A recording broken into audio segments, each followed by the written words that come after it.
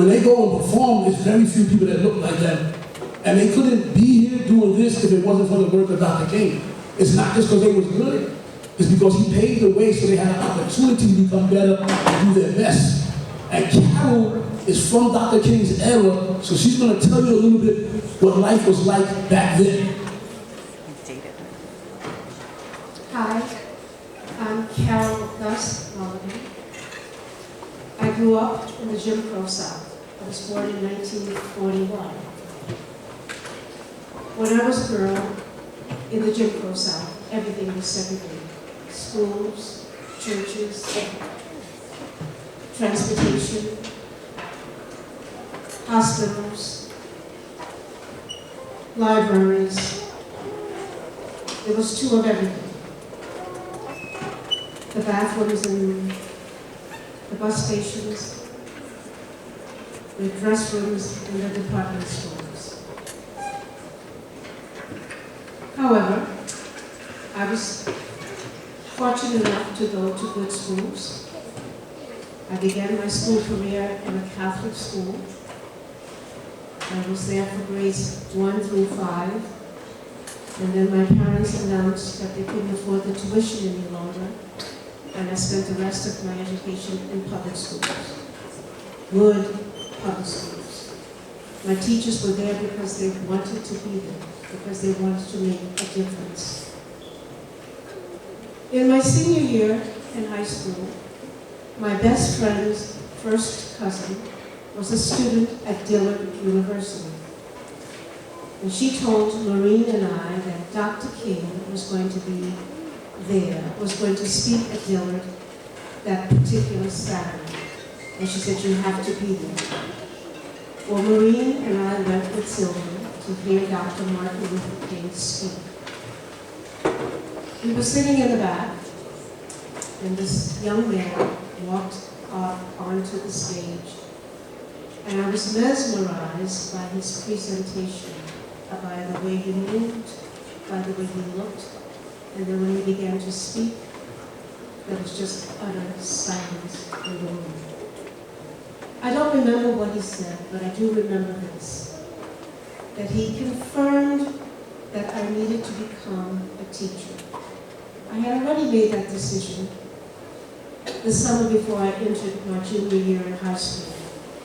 Up until then, I was going to be a dancer. And my mom was saying, "Now that's ridiculous. Now, Carol Ann, please." However, that summer I read 3 biographies. I read the story of Booker T. Washington,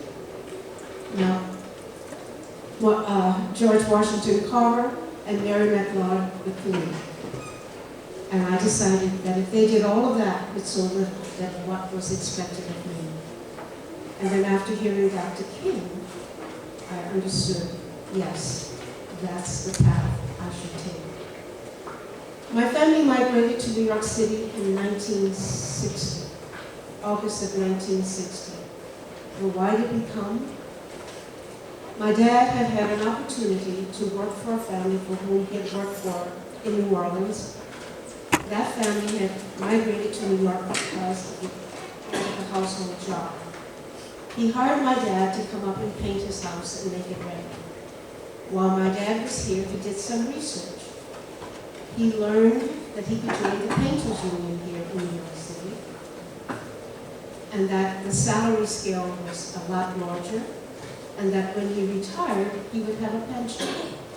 So when he came home at the end of August 1960, within a few hours, he announced that we were moving to New York City.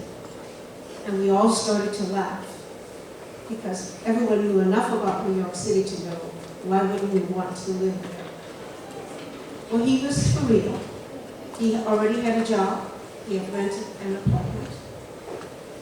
But my dilemma was that it was the end of August, and I was about to start my sophomore year at Xavier University.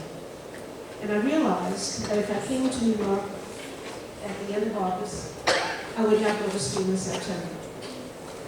Now, because my granddad was paying my tuition, I was able to say I'm not going.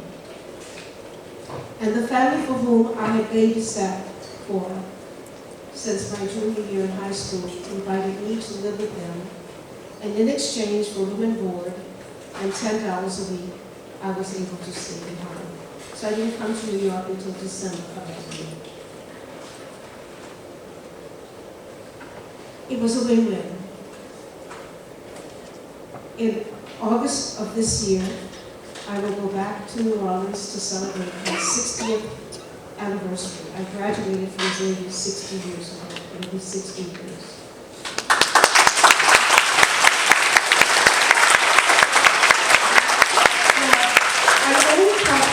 I taught here in New York City. My first job was in Ocean Hill, Brownsville. I taught in the South Bronx. I've taught in East Harlem, West Harlem, and I retired from Community School District 10. I spent 33 years in public education, teaching and working with children like you. And don't let anyone tell you that you can't learn. I spent 33 years in public ed, and then I was offered a position at New York University, and I spent another 15 years there in their Department of Teaching and Learning, and didn't retire until I was 75. I'm about to be 82, obviously.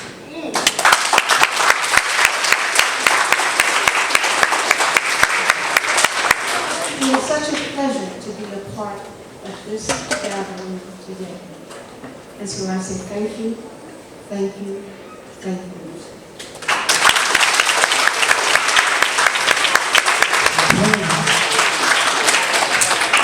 Teachers, this is the type of thing that Dreamers are going to try to bring to your school to help you out. We support what you do.